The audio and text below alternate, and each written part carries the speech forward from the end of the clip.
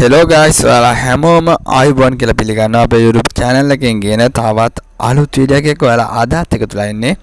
අද විදිහට අපි කතා කරන්නේ මගෙන් ගොඩක් අය අහලා තිබ්බ ප්‍රශ්නෙට උත්තරයක් විදිහට වීඩියෝ එක අපි ගෙනල්ලා තියෙන්නේ.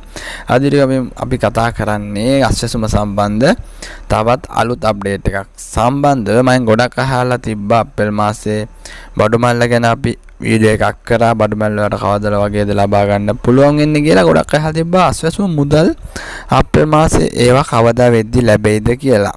අපිට මේ ගැන වැඩි විස්තර මේ කොට හොයාගන්න හම්බෙලා තියෙනවා. ඒ කියන්නේ අස්වැසුම ඔයාලට ලබා දෙන දිනය සම්බන්ධව ඔයාලට වෙනදා වගේම මේ මාසෙත් ඔයාලට මුල් සතියේදී ඒ කියන්නේ අප්‍රේල් මාසේ මුල් සතිය වෙනකොට ඔයාලට මුදල් ලබා ගැනීමේ හැකියාව තියෙනවා. ඒ කියන්නේ පළවෙනිදා 10 වෙනිදාත් අතර ඔයාලට මුදල් ලබා ගැනීමේ හැකියාව තියෙනවා. ඒ වගේම මේ එන සතිය ඒ කියන්නේ මාර්තු අන්තිම සතියේ ඔයාලට ඒවා ඇප් එකට මුදල් ඒගොල්ලෝ බැර කරනවා. ඊට පස්සේ ඔයාලගේ account වලට ඔයාලට පළවෙනිදා සිට 10 වෙනිදා දක්වා කියන කාලයේදී ඔයාලගේ account වලට අස්වැසුම මුදල් ලබා ගැනීමේ හැකියාව තියෙනවා. මම හිතන්නේ අස්වැසුම ලබා ගන්න බලාපොරොත්තුෙන් ඉන්න අපේ යාළුවන්ට ඒ වගේම අපේ සහෝදර සහෝදරයන්ට මේ නිවුස් එක ගොඩක්ම වැදගත් වෙයි කියලා.